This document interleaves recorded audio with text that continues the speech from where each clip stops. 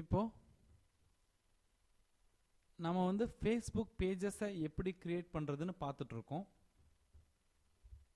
இப்போ இதில் நெக்ஸ்ட் அப்படிங்கிறத கொடுங்க.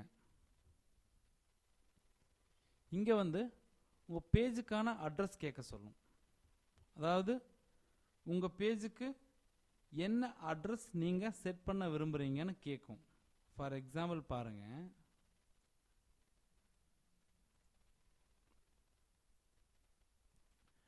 ஆக்சுவலாக facebook.com/kprs சரவணன் அப்படிங்கிறது என்னுடைய ஃபேஸ்புக் அட்ரஸ்.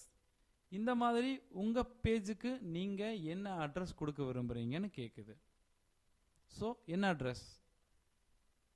இப்போது நம்ம வெயிட் லாஸ் பற்றின பேஜ் பண்ணிகிட்ருக்கோம். ஸோ வெயிட் லாஸ் சம்மந்தமாகவே ஏதாவது அட்ரஸ் கொடுங்க. இப்போ நம்ம வெப்சைட் பேஜ் அது அப்படியே கொடுக்குறேன்.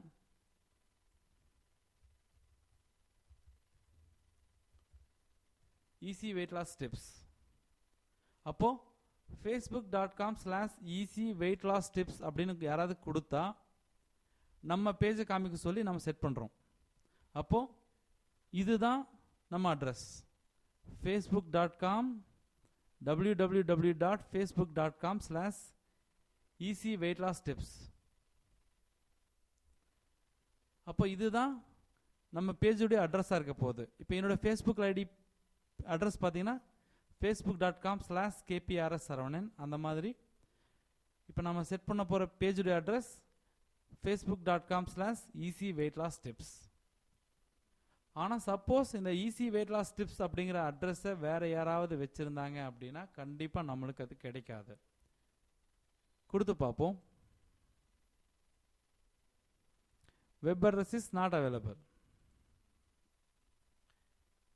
நீங்கள் கொடுக்கும்போது ரொம்ப ரிலவெண்ட்டாக பக்காவாக யோசித்து நல்ல அட்ரஸாக கொடுங்க. இப்போ நான் டெமோ அப்படிங்கிறதுனால சும்மா இப்போ 100 கொடுக்குறேன். ஈஸி வெயிட் லாஸ் டிப்ஸ் 100 கொடுக்குறேன். இல்லாட்டி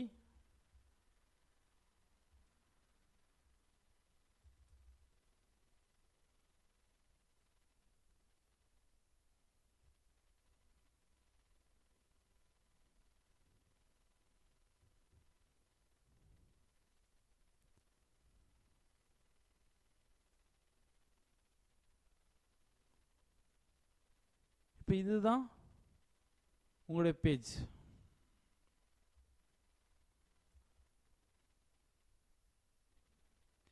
facebook.com/100easy weight loss tips.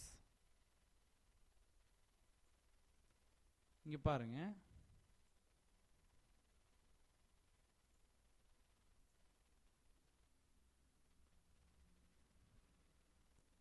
இப்போ நம்முடைய அடுத்த வேலை என்ன அப்படின்னா, இது நம்ம page facebook.com/100easy weight loss tips.